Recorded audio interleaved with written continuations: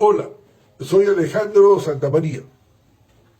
Trujillo vive en estos momentos un pico de la violencia de las bandas criminales.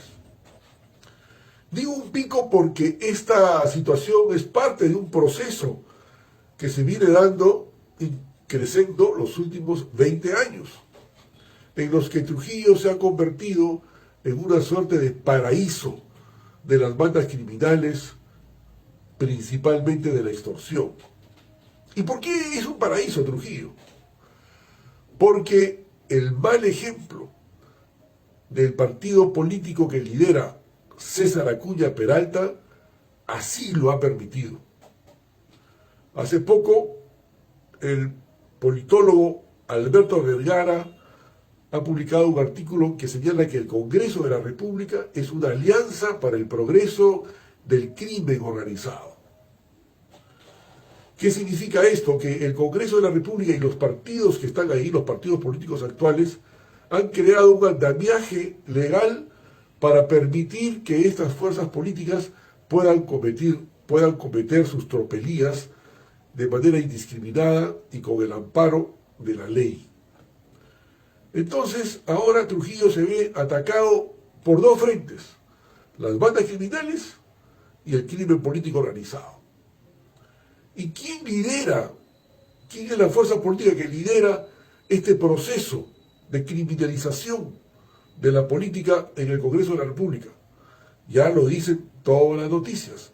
Es el partido del señor César Acuña Peralta, conjuntamente con el fujimorismo, conjuntamente con el señor de Perú Libre, el señor Cedrón, por supuesto el partido político Podemos, y otras fuerzas políticas menores que se suman, como los niños de Acción Popular y también Somos Perú y otras fuerzas políticas. Entonces, ¿qué dicen los criminales? ¿Qué dicen las bandas criminales? ¿Cuál es la conclusión? Si hay impunidad para este tipo de políticos y este tipo de partidos, esta alianza para el progreso del crimen, entonces nosotros también actuamos porque vamos a aprovecharnos de esa impunidad.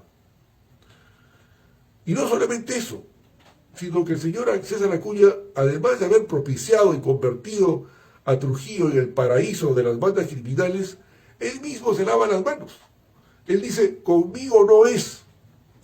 Yo solamente pido más patrulleros, que me manden más policías, etc. Y renuncia a su responsabilidad de él convertirse en la cabeza de la organización, tanto del Estado como de la sociedad civil, para combatir el crimen político organizado. Prefiere irse a España a gozar de sus propiedades, de sus negocios, y no cumple las responsabilidades para las cuales ha sido elegido, entre otras, la de ser líder, la de ser el convocante de todas las fuerzas para poder luchar contra el crimen organizado, contra las bandas criminales. Pues esa renuncia, que ya tiene antecedentes, fue elegido presidente o gobernador hace años, abandonó el cargo a los pocos meses, cuando un alcalde paraba acá en Trujillo un día o 2 días a la semana. Entonces, ese desapego, esa irresponsabilidad del señor Acuña, de preferir a sus negocios que a su responsabilidad política, ha hecho que Trujillo y la libertad se conviertan en tierra de nadie, en tierra donde priman la ley del más fuerte, la ley del más corrupto, porque se ha convertido en el paraíso de la impunidad, en donde están desgraciadamente comprometidos policías, fiscales, en el Poder Judicial, incluso en la propia prensa. Hay todo un proceso de desinformación. Se han aprovechado también de esa impunidad generalizada, la economía ilegal en el oro, y así sucesivamente. Entonces, Trujillo tiene que frenar este proceso que va cuesta abajo, llevando a Trujillo a convertir en una de las ciudades, como pasa en Ecuador, como pasa en otros sitios, en una suerte de capital o reino, en donde ya priman por la fuerza, por la extorsión, por la amenaza, las bandas criminales. Ya sabemos que en tanto y cuanto esté el señor Acuña y estos alcaldes de medio pelo para abajo, no vamos a poder contar con el Estado. mucho menos con el gobierno central. Entonces ha llegado el momento, amigos, conciudadanos, compatriotas de Trujillo en Libertad, a hacer lo que hicimos durante la pandemia.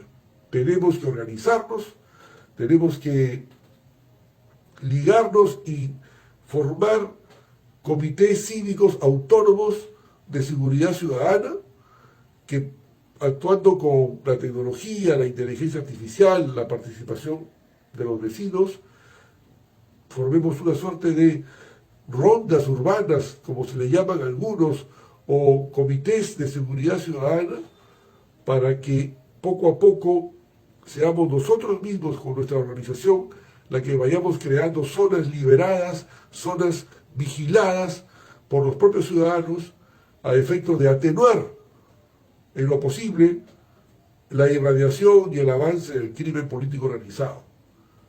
Pero la solución fundamental la tendremos el próximo año en las elecciones generales y en las elecciones municipales. Esta experiencia debe servirnos de escarmiento del terrible costo que significa elegir autoridades del nivel y de la calaña de César Acuña Peralta y sus acompañantes. Eso debemos desterrarlo para siempre.